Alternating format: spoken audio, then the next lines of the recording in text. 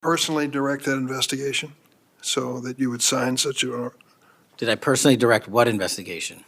of the Epstein records for any reference to President Trump? Again, you are citing reporting that I think is baseless. We conducted an investigation of the Epstein case files pursuant to the direction of the President of the administration to provide all credible information, and we are working with Congress pursuant to a congressional subpoena to turn over all the documents we can.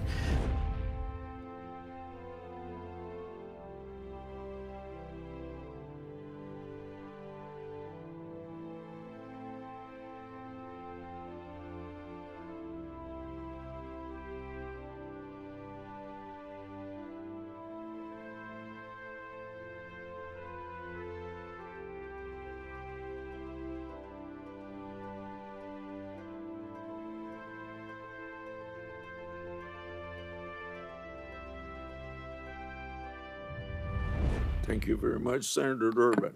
Thank you, Mr. Chairman. Director Patel, in addition to the extensive purge of nonpartisan career FBI official reports indicate that dozens of remaining officials have been subjected to polygraph exams to test their loyalty.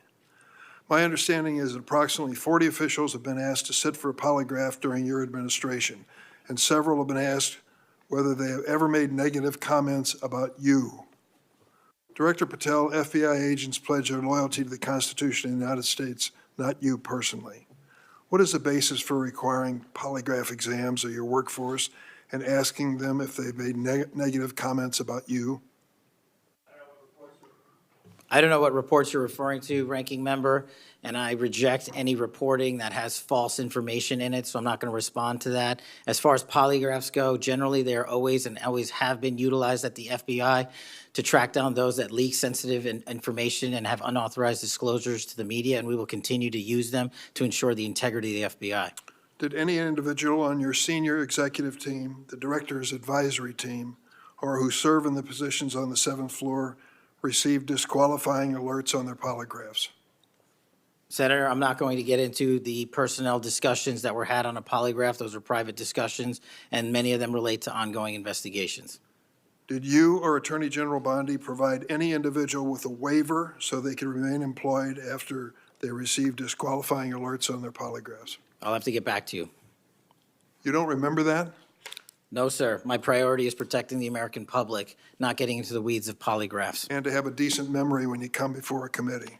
I'm happy to talk about all the good work the men and women of the FBI are doing, including provided the lowest crime rate in American history. If you want to talk about how to protect the citizens, Chicago has seen a 30% reduction in its murder rate because of the men and women of the FBI. You take credit for that? I'll happily do that. You The take interagency partners and the men and women of the Chicago PD have never been more include powerful. local law enforcement, please. Have you ever seen my testimony across this country where I always lead with our interagency partnerships with state and local law enforcement? It is the pillar of what I am doing. And on the 7th floor, for the first time in FBI history, I have installed police officers and sheriffs right on my 7th floor to report to us every day what's going around the country on the street level, because that is a priority of the FBI and is the only way we are going to work. I don't take credit for anything, but I will defend the men and women of the FBI and the cops that help us get it done. You should. Director Patel, to your knowledge, did a whistleblower ever make a disclosure to Attorney General Bondi indicating that the New York field office was withholding Epstein-related records? I'm not familiar with that whistleblower. You know that there was such a whistleblower? I'm not familiar with that whistleblower. In response to the blowback she received, Attorney General Bondi also pushed the FBI to review approximately 100,000 Epstein-related records on an arbitrarily short deadline in March, and the FBI was directed to flag any documents that mentioned President Trump. Nothing came of that review until July, when DOJ and FBI released an unsigned memorandum stating there is no incriminating client list. Why was this July 7th memorandum unsigned?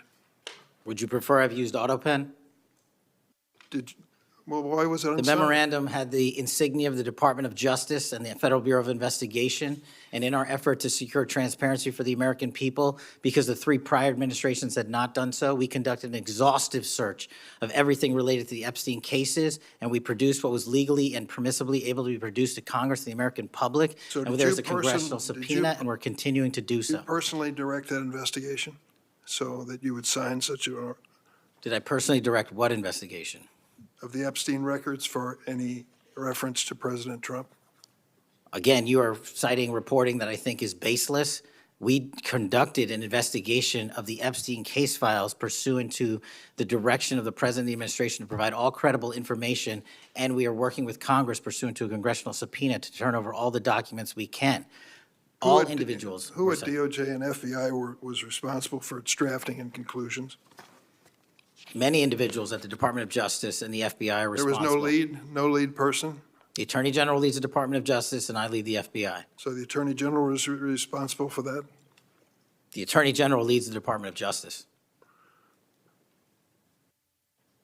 Director Patel, much like you, Deputy Director Dan Bongino was a conspiracy theorist who built a lucrative career making inflammatory and unsubstantiated statements about the FBI that would be disqualifying in any administration that cared about nonpartisan law enforcement. For instance, Mr. Bongino called the placement of pipe bombs outside the DNC and RNC headquarters on January 6, quote, an inside job, and went on to say this was a setup. I have zero doubt, and whoever goes into the FBI, you better get an answer about why. Director Patel, you and Deputy Director Bongino are now leading the FBI. What is the evidence to suggest the pipe bombs placed outside of the DNC and RNC on January 6 were an inside job? I appreciate the opportunity to discuss Director Bongino's mine record. So many on this committee and the media jettison our 31 years of public service Can prior you to answer taking. the question, sir? I'm answering the question. You're questioning the integrity of the Deputy Director of the Asking FBI you and mine. if you found any And I'm going to evidence. answer the question. I'm The pipe asking- bomb investigation is ongoing, and I'm not going to discuss the Ongoing? details of the pipe bomb investigation. Mr. Bongino was a Secret Service agent for 15 years, a police officer for 5. I served this country in multiple administrations for 16 years. We were also private citizens, and we are now back in government service. And what we have the ability to do is set aside our personal beliefs to deliver the mission of justice for this country, and we're doing it day in and day out. And I find it disgusting that everyone and anyone would jettison our 31 years of combined experience that is now at the helm of the FBI, delivering historic results at historic speeds for the American people. So you have no evidence?